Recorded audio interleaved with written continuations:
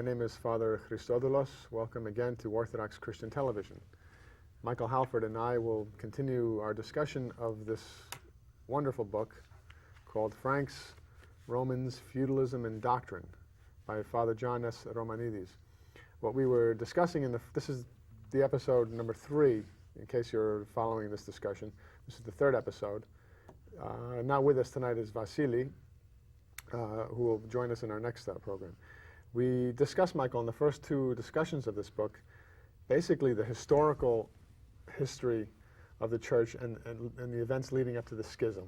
And we basically learned from reading Father John's book, doing our own homework, that the schism in the church really wasn't a schism within the church. It was really a schism within the empire, or it was really a conflict between Romans and the Roman Christian Church, or the Orthodox Church, and the Germanic tribe known as the Franks. The Franks being the people that were mainly led by Charlemagne and Clovis and Pippin.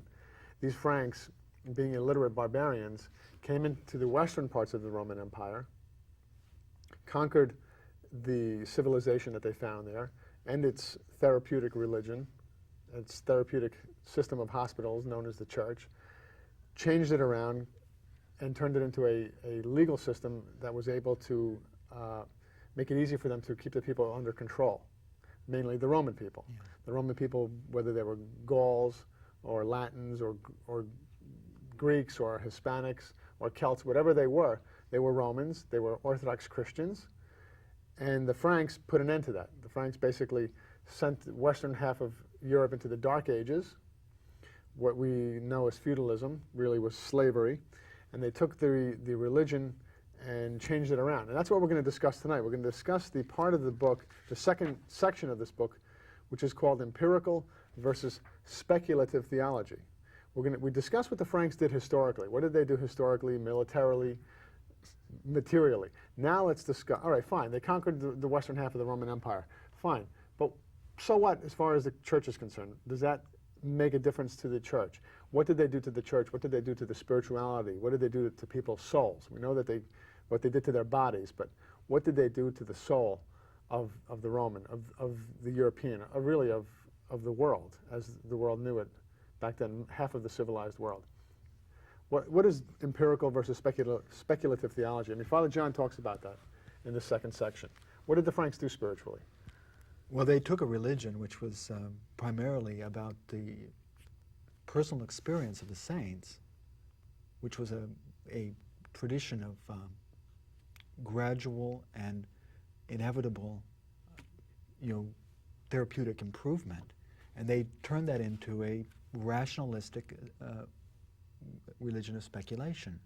Okay, when you say, well, let's get to the term of the chapter here, the label that Father John gives to this section, empirical versus speculative theology.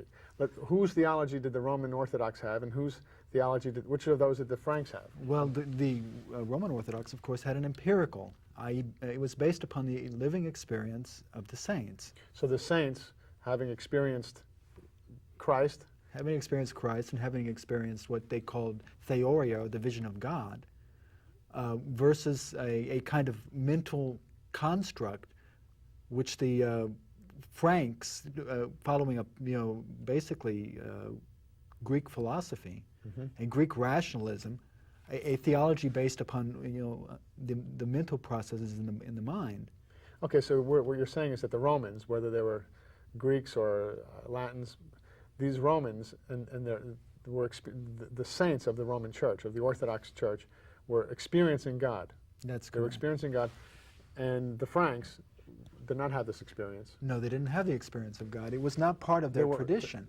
And so basically, it became a means of speculating, which is why he calls it speculation. You think of what speculation is. Speculation is using your mind to try to create knowledge about something of which you have no experience. So you have to use your imagination. Yes.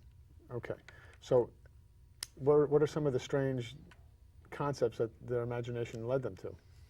Well, among them is a rejection of the therapeutic system of the church. One of the things that was most interesting, people think that there was a natural causal development from the from the Middle Ages, through this kind of rationalistic system. And what was fascinating to me about the book was coming to the realization that there was no direct connection to the ancient pagan Greek philosophy. In fact, the church, for the most part, had rejected pagan Greek philosophy. And that the Franks, following St. Augustine, who, as the show progresses, we can talk a little more about. About Augustine of Hippo. Yeah. They adopted much of his methodology, much of his way of looking at Scripture, much of his way of looking at the Christian experience, and that became, for them, the pattern by which they began to speculate about God. And this was largely due to the fact that they did not speak Greek. As we've discussed in previous programs, their kind of enmity against Greek culture. And well, not being Romans, they had no interest in being in speaking Greek. No. Because every true Roman spoke Greek. At least every true educated Roman. That's correct. And every true Roman hierarch or bishop of the church had to at least be familiar with Greek enough to be able to read the fathers of the church. That's correct. And the Bible. And since they didn't read Greek and they didn't have access to the writings of the fathers of the church, and they couldn't read the Scriptures in the original language, all they had was the great Latin father, Augustine of Hippo. So they were able to understand Latin. That's correct. Okay. And Augustine of Hippo wrote in Latin, who was not a God-seer. In other words, he had no experience of God, no true experience of God. And nor did he have an understanding of glorification, or as the Orthodox, the Greek term theosis. He did not have an understanding of theosis. He did not have an understanding of the therapeutic. Oh, wait, before we get to theosis. In other words, the Franks found a system of hospitals where you had a therapeutic system being spiritual hospitals, where you had a therapeutic system that was able to purify people, purify their hearts, so that they would have that, so that they would be led to the experience of God. In other words, they would become saints. Of the vision of God, which the vision of God, which is really the whole basis of a Christian's life, and the whole basis of the whole purpose of the church is to come to sainthood, is to come back to being normal, as Father John calls it. Yes. To be a normal human being is to be a saint. Yes. And that's the whole purpose of the church, to lead people to sainthood. And the Franks didn't understand this. They saw the church as some kind of way of controlling people, or some way of getting people to fear heaven and fear hell, and if you don't do this, you're going to go to heaven. And if you don't do that. They saw it as a means of control, and they saw, and looking at the institutions of the church, they saw them in the hierarchical structure of control. That's all they understood. You have to understand these were Germanic, warlike tribes. Illiterates. Illiterates, and who understood power, and understood that power meant control, and that